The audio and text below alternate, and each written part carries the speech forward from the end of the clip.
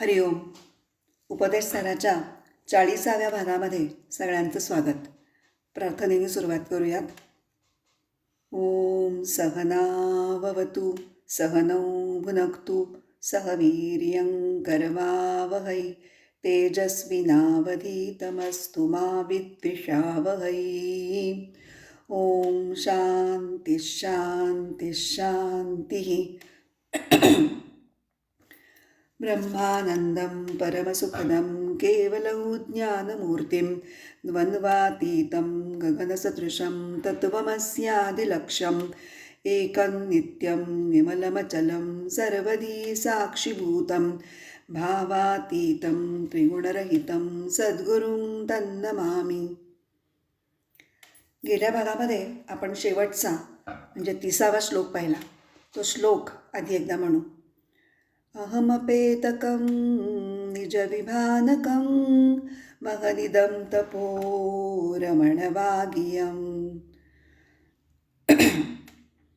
अहंकाररहित स्वयंप्रकाशी असं जे आत्मस्वरूप हेच सर्वश्रेष्ठ तप आहे असं रमण महर्षी स्वतःच्या अनुभवाने ठामपणे या 30व्या श्लोकात सांगतायत. आता या श्लोकात आत्म्यासाठी 2 विशेषणं वापरलेली आहेत. एक म्हणजे अहम अपेतकम आणि दुसरं निजविभानकम.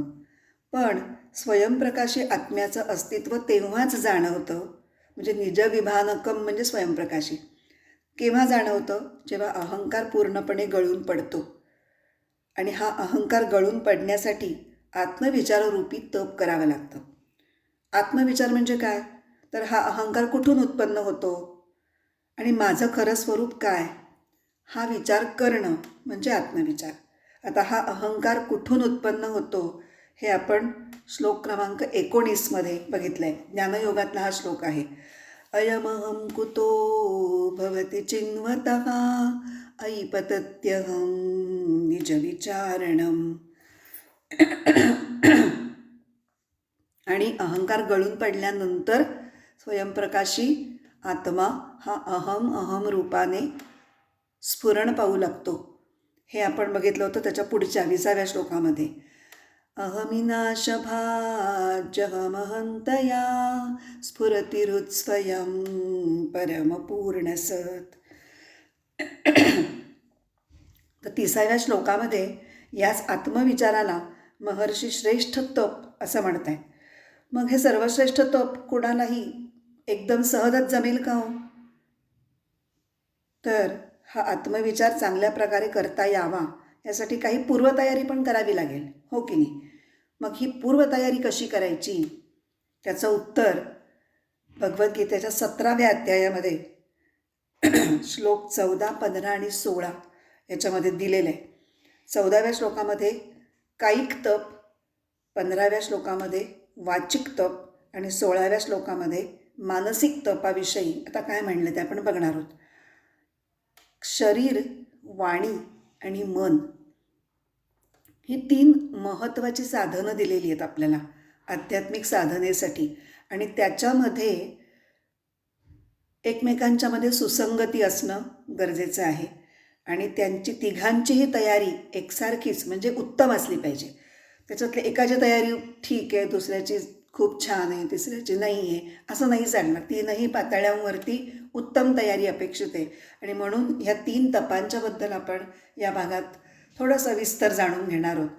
कदाचित आपल्याला समारोपासाठी पुढचा भाग लागू शकेल, ते वेळावरती ठरवणार मी. तर आपण आत्ता 14वा श्लोक 17व्या अध्यायातला म्हणूयात. देवद्विजगुरुप्राज्ञपूजनं शौचमार्जवं ब्रह्मचर्यमहिंसा च शारीरंतप उच्यते. अर्थ पाहू.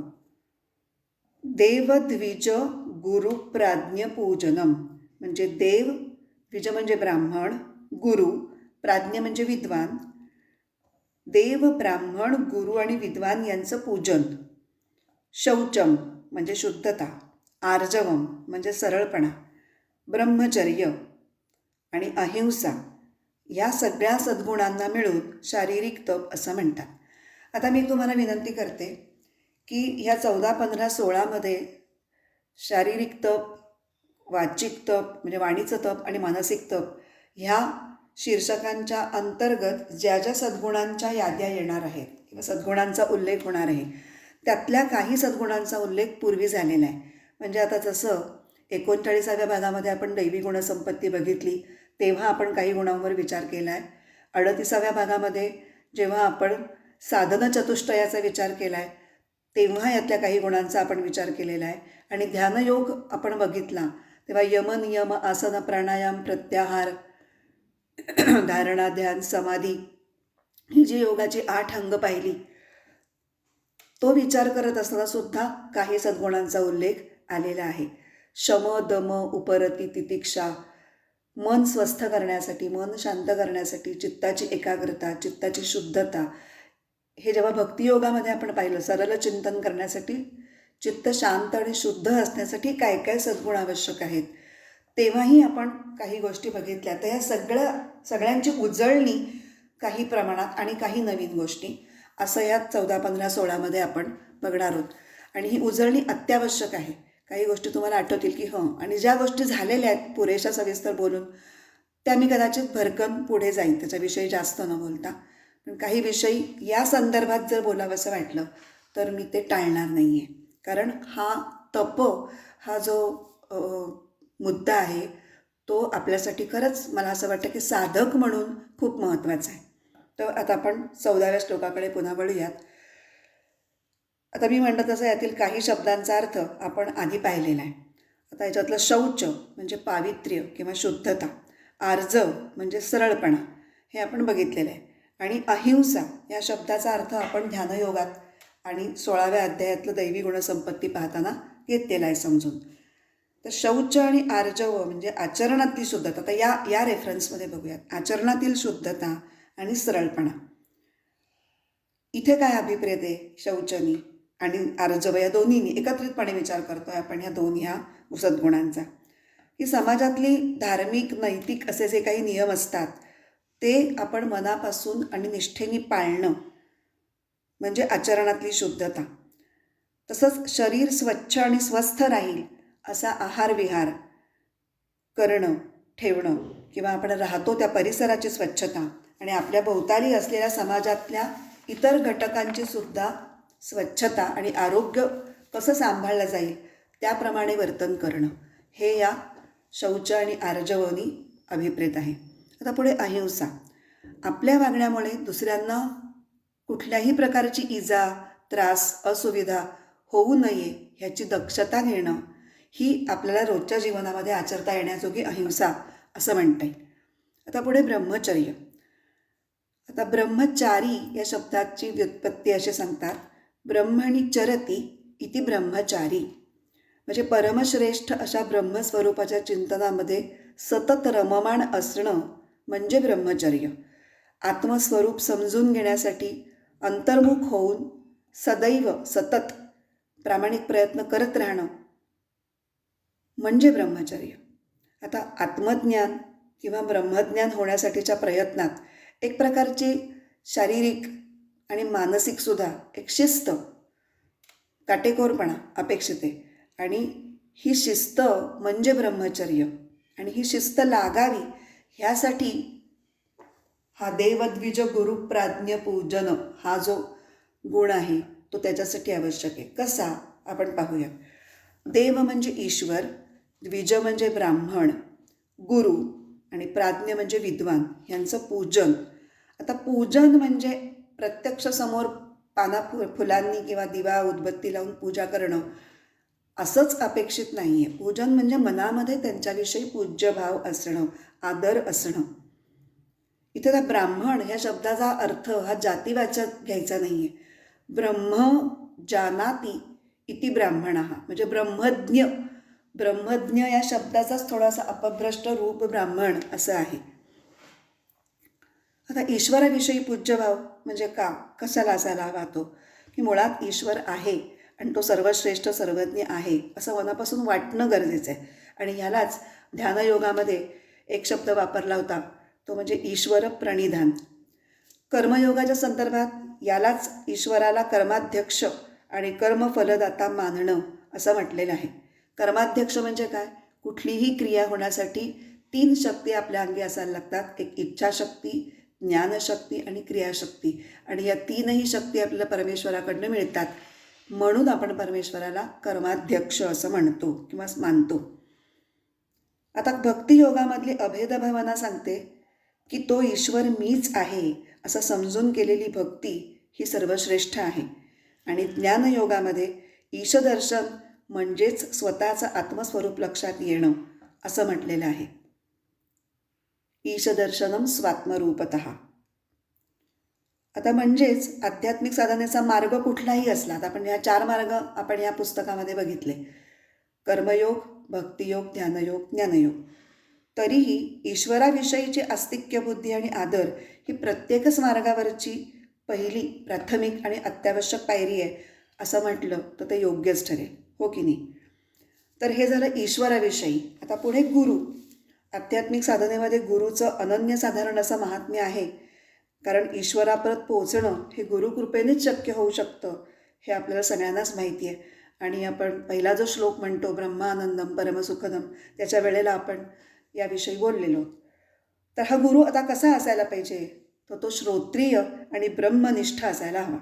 श्रोत्रिय म्हणजे विद्वान, वेदांतील ज्ञान जाणणारा.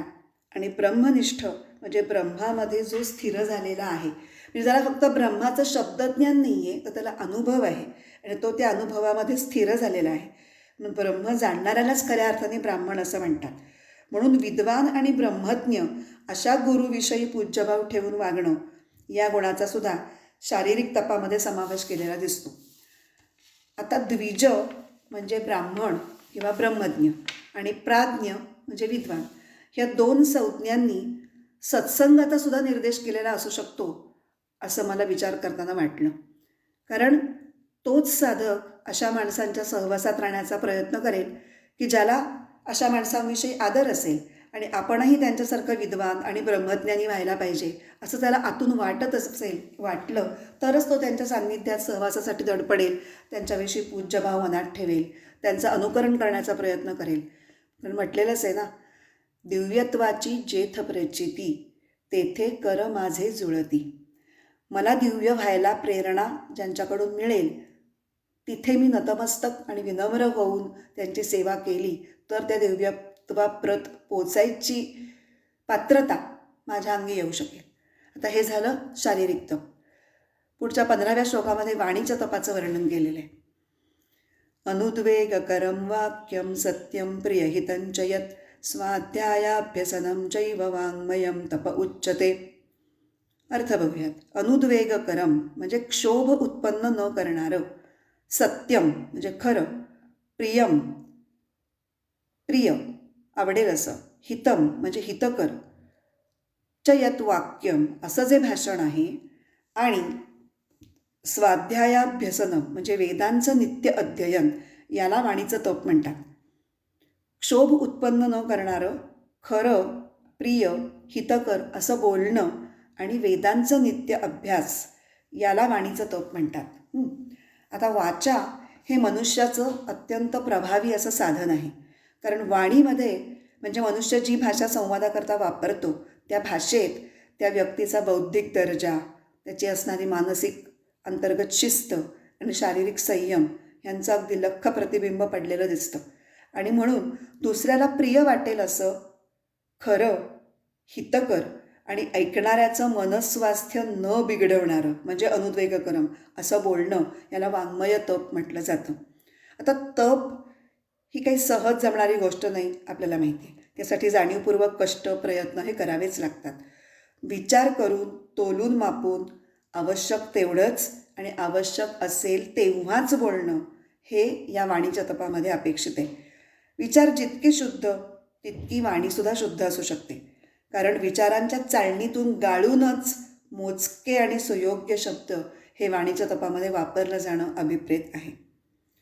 पुढचा शब्द जो आहे तो स्वाध्यायाभ्यसन. स्वाध्याय अधिक अभ्यसन म्हणजे श्रुतींमधील म्हणजे वेदांमधील विषयांचा काळजीपूर्वक अभ्यास आणि त्याच्यावर सखोल मनन करणं असा त्याचा अर्थ आहे. आता ह्याला वाणीचं तप का म्हटलेलं आहे अभ्यासाला? तर त्याचं काय आहे की फार पूर्वी वेदांचा अभ्यास हा फक्त वाणीच्या साहाय्यानंच केला जात असे. गुरुमंत्र म्हणून दाखवत असत आणि शिष्य ते मंत्र ऐकून पाठ करून घेत असत आणि गुरुमुखातून त्या मंत्रांचा अर्थ समजून घेत असत. त्यामुळे वाणीला अनन्यसाधारण महत्त्व हे शिक्षणामध्ये होतं. म्हणून आजच्या काळात सुद्धा आणि आपण पाहिलं तर अध्ययन आणि अध्यापन ह्याच्यामध्ये लेखनाच्या बरोबरीने बोलण्याचं म्हणजे वाणीचं महत्त्व आहे. आता पुढच्या 16व्या श्लोकामध्ये आपण मानसिक तप काय सांगितलं आहे ते पाहूया. मनःप्रसाद सौम्यत्वं मौनमात्मविनिग्रहः भावसंशुद्धिरित्येतत्तपो मानसमुच्यते. मनःप्रसाद म्हणजे अंतःकरणाची प्रसन्नता, सौम्यत्वं म्हणजे सहृदयता, मौनम मौन, आत्मविनिग्रह म्हणजे आत्मसंयमन, भावसंशुद्धी मनाची शुद्धता निष्कपटपणा, इति एतत् तपः मानसम उच्यते. अशा प्रकारचं तप जे आहे त्याला मानसतप असं म्हटलं जातं. आता आपण एकेका गुणाबद्दल पाहू.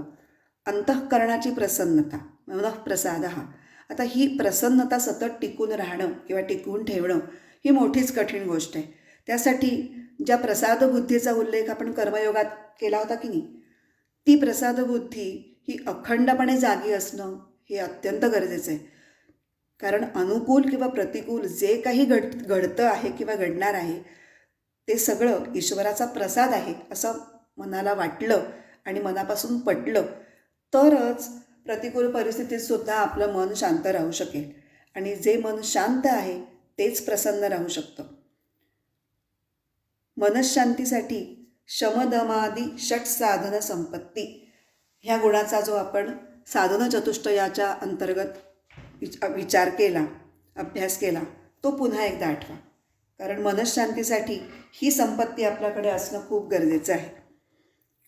दुसरं आता सौम्यत्वम म्हणजे सहृदयता म्हणजे सर्वांच्या विषयी प्रेम दया वाटणं.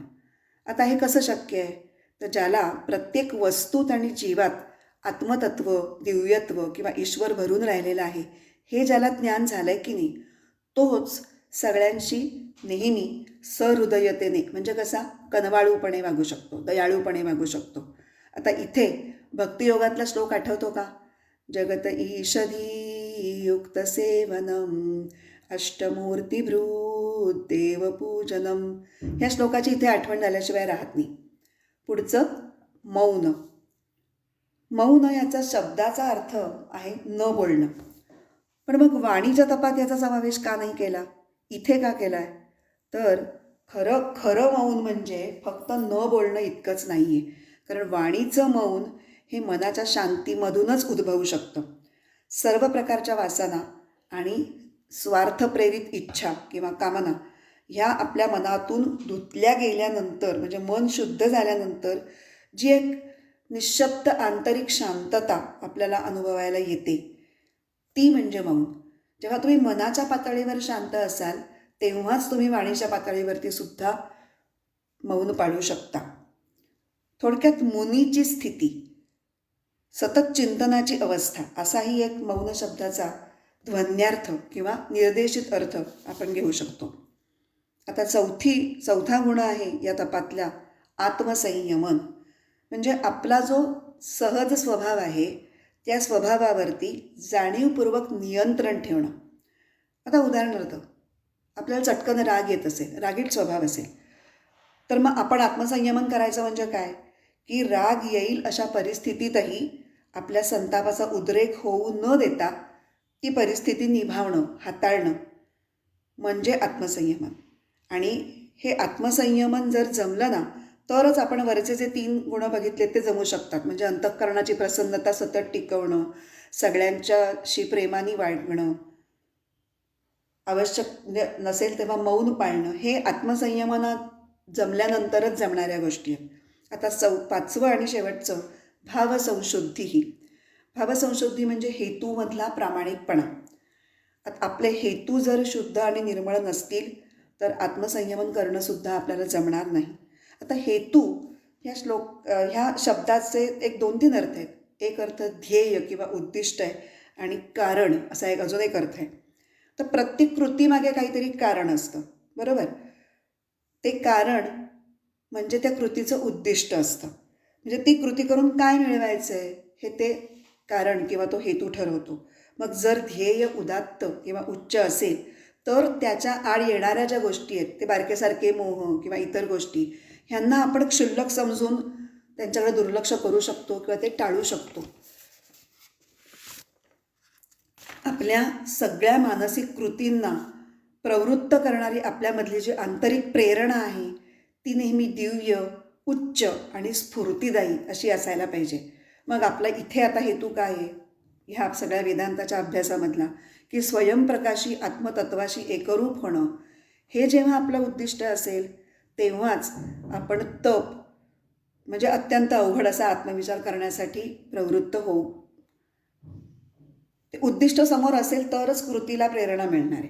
आणि हा विचार साधावा म्हणून मग पूर्वतयारी म्हणून कायिक, वाचिक आणि मानसिक तप करून आपण दैवी गुणसंपत्ती मिळवण्यासाठी अधिकाधिक प्रयत्न करायचा जोम, उत्साह आपला टिकून राहील. तर अशी ही तपश्चर्या आपल्या सगळ्यांच्या हातून घडो अशी मी मनापासून प्रार्थना करून हा 40वा भाग इथे संपवते. पुढचा 41वा भाग हा आपला समारोपाचा भाग असेल. पुन्हा भेटूयात 41व्या भागामध्ये. आता प्रार्थना म्हणून समारोप करूया या भागाचा. ओम असतो मा सद्गमय तमसो मा ज्योतिर्गमय मृत्योर्मा अमृतं गमय. ओम पूर्णमदः पूर्णमिदं पूर्णात् पूर्णमुदच्यते पूर्णस्य पूर्णमादाय पूर्णमेवावशिष्यते. ओम शांती शांती शांती. हरिः ओम. श्री गुरुभ्यो नमः. हरिः ओम.